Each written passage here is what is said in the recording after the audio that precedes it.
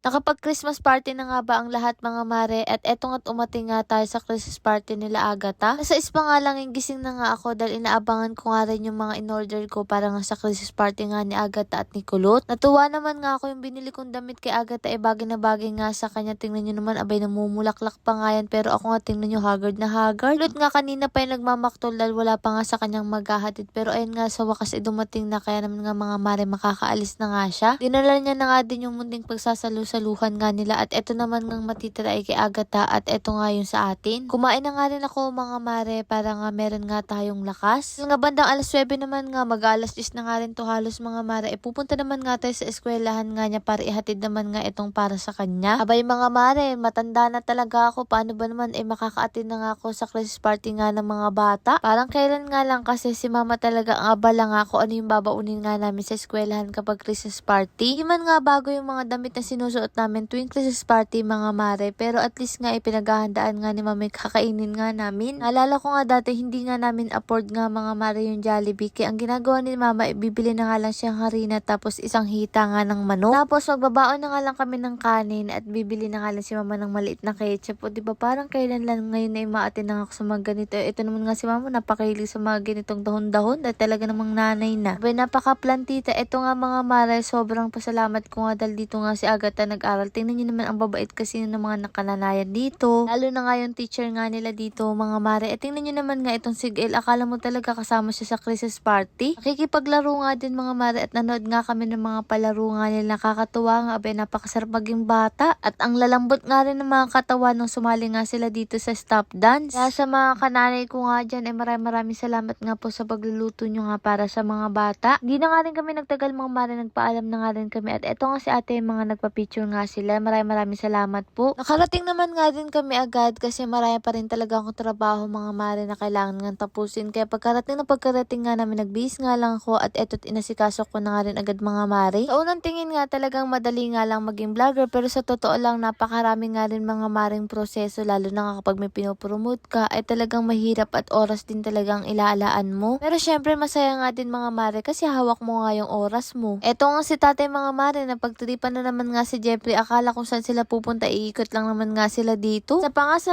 kinatutuwa ko nga ngayon ay dahil nakabili nga tayo ng malaking ang kawali at mapapabilis na rin talaga ang pagluluto nga natin dahil manipis nga lang siya. Kayo ba mga mare ngayong Pasko na darating ano nga yung plano nyo sa pagdiriwa nga ng Pasko? Kami kasi balak nga namin mga mare magluto at magpapalaro nga tayo pagkatapos nga noon. Yung taon na nga lang din natin magagawa yung mga mare kasi yung nakarang taon nga hindi nga namin yung nagawa dahil kapapanganak ko pa nga lang. Kumbaga wala pa nga akong lakas magsisigaw nun mga mare. Paano ba naman CS nga tayo? Hirap na nga magsisigaw tayo nun dahil nga abay baka bumuka nga tahinga natin. Mga CS ma'am nga dyan, ano mga nararamdaman nyo nga mga mare sa tahi nyo sa kay bandang likod? Minsan kasi talagang nararamdaman ko nga kumikirit yung tahi ko. Kahit kasi isang taon na nga si Gael mga mare talagang ramdam ko pa nga rin yung sakit nga ng tahi ko. Lalo na nga kapag napepersa ganyan. Siya mga mare tara't samahan nyo na nga kami dito maghanda nga ng pansit. Nung makita ko nga mga mare si Gael na daladala nga ni Kulot abay sabi ko payakap ako dahil pagod nga ang mama niya. Abay itong bata na to mga mare tuwang-tuwa na naman nga dito sa paligid niya. Lord maraming salamat sa lahat ng blessing at syempre sa inyo mga mare. Paano ba yun? Bukas na lang ulit.